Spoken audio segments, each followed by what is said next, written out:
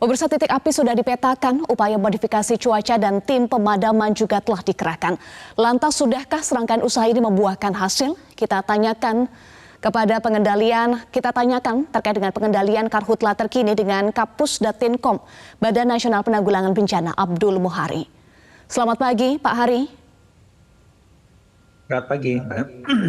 Ya, dengan Eva di studio, Pak Hari, tadi dari laporan rekan-rekan kami di lapangan, karhutla masih terjadi dan berdampak pada kesehatan dan pendidikan. Bagaimana upaya penanganan yang sudah dilakukan oleh BNPB?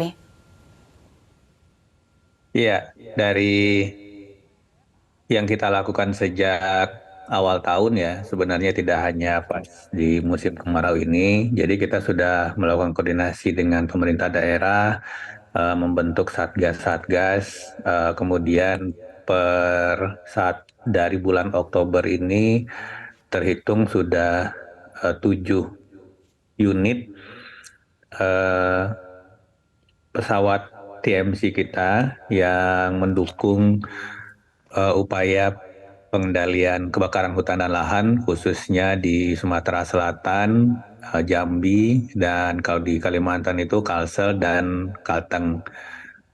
Untuk hasilnya sendiri, alhamdulillah untuk Kalimantan Selatan dan Kalimantan Tengah itu tanggal 8 Oktober itu hujan dengan intensitas sedang hingga tinggi merata hampir di seluruh kabupaten kota di Kalimantan Tengah, Kalimantan Selatan ya. Sehingga ini membantu kita juga untuk mengurangi titik-titik api yang ada.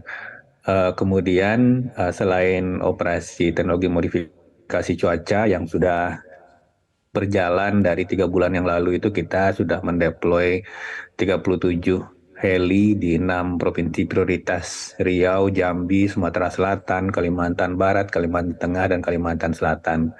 37 heli ini ada 15 heli patroli dan 22 heli waterbombing. Memang ada kondisi-kondisi tertentu di mana pada khususnya itu minggu terakhir bulan September itu eskalasi titik api yang paling tinggi di tahun ini, ada kenaikan yang cukup signifikan khususnya untuk daerah-daerah di bawah garis khatulistiwa. Jadi ini agak berbeda, Mbak Eva. Untuk daerah-daerah di atas garis khatulistiwa itu masih menerima atau mengalami hujan setidaknya 1 kali dalam seminggu. Jadi Kalimantan Barat misalkan yang di atas garis khatulistiwa itu masih hujan. Riau di atas garis khatulistiwa itu masih hujan. Sehingga Riau sekarang relatif sebenarnya dalam 3 bulan terakhir musim kemarau ini itu masih ada hujan. Kecuali di minggu kelima September. Itu memang exposure awannya hilang sehingga titik apinya meningkat.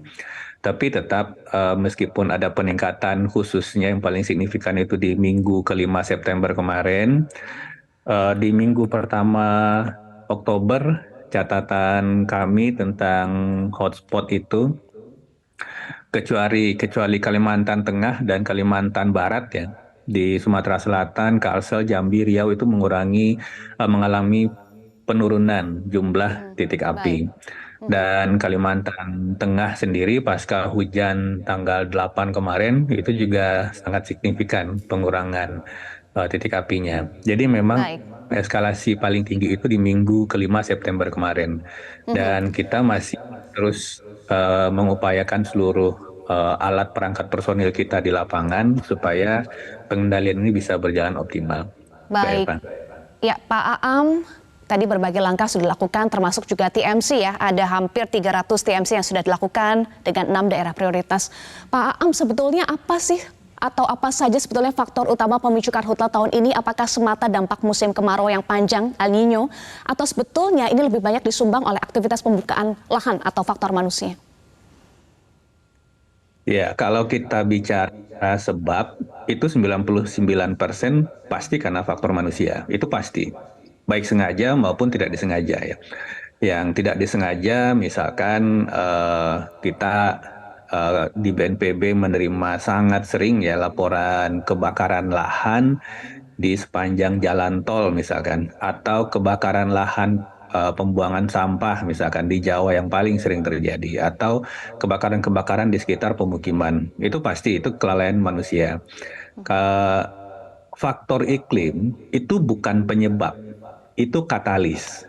Itu faktor yang mempercepat penyebaran dan memperparah api. Karena ada kekeringan, semak belukarnya kering, gampang terbakar, airnya nggak ada, sehingga eskalasi api, penjalaran api hingga memperluas cakupan daerah yang terbakar itu sangat cepat. Sehingga begitu misalkan kita mendapatkan informasi titik hotspot sekian di titik koordinat sekian-sekian pukul 6 pagi misalkan. Ketika heli waterbombing kita sampai di lokasi, 1 jam atau 2 jam split waktu misalkan, itu sudah sangat signifikan eskalasi dari lahan terbakarnya. Jadi memang yang terpenting sebenarnya adalah respon awalnya itu. Kalau faktor penyebab itu faktor penyebab pasti manusia. Nggak ada misalkan ada faktor alam misalkan petir, nggak ada petir di musim kemarau. Petir itu adanya cuma di musim hujan gitu. Jadi 99% itu pasti faktor Baik, manusia sengaja atau tidak sengaja. ya, Tapi baik faktor Pak Am. iklim, panas, kering ini itu adalah katalisnya. Iya, Pak Am, Presiden mengklaim penanganan karhutla tahun ini lebih baik. Bagaimana tanggapan BNPB terkait dengan klaim ini? Sedangkan ada negara tetangga yang merasa terganggu menyebut bahwa isu asap karhutla dari Indonesia itu berimbas pada kualitas udara di negara mereka. Ya, dari sisi koordinasi, kesiapan, dan personil yang sekarang sedang bersiaga dan melakukan pengendalian karhutla di lapangan, ini jauh lebih baik. Artinya dari daerah cakupan terbakar pun kalau kita bandingkan dengan yang paling signifikan itu di 2018 dan 2019, cakupan lahan di 2023 ini berkurang sangat jauh. Yang saya mau sampaikan di sini begini. Kita jangan sampai terbawa oleh isu bahwa asap Indonesia itu lintas batas. Kami di ASEAN ini kita punya dashboard pengawasan asap bersama di ASMC ASEAN.org. Dan itu Baik, open ya, semua orang bisa lihat, semua orang bisa akses tanpa ada pembatasan sedikit pun. baik, Dari awal musim kemarau 3 bulan lalu, itu data ASMC itu nggak ada yang menunjukkan sekalipun sehari pun ada asap Indonesia yang lintas. Jangankan ke Malaysia, ke Singapura pun nggak nyampe gitu. baik. Jadi kalau misalkan di apa ada protes dan segala macam, juga kita punya resources data yang bisa kita akses bersama tentang partikulat Ya, pencemaran udara yang juga secara baik, live itu juga Pak Am. dilihat. Jadi, Baik, jadi ini yang harus berdasarkan data tidak benar ya klaim dari negara tetangga Singapura dan juga Malaysia. Terima kasih, mohon maaf waktu kita terbatas. Pak Am Abdul Mohari, Kapus Datinkom, Badan Nasional Penanggulangan Bencana sudah bergabung bersama kami di Selamat Pagi Indonesia. Jelajahi cara baru mendapatkan informasi. Download Metro TV Extend sekarang.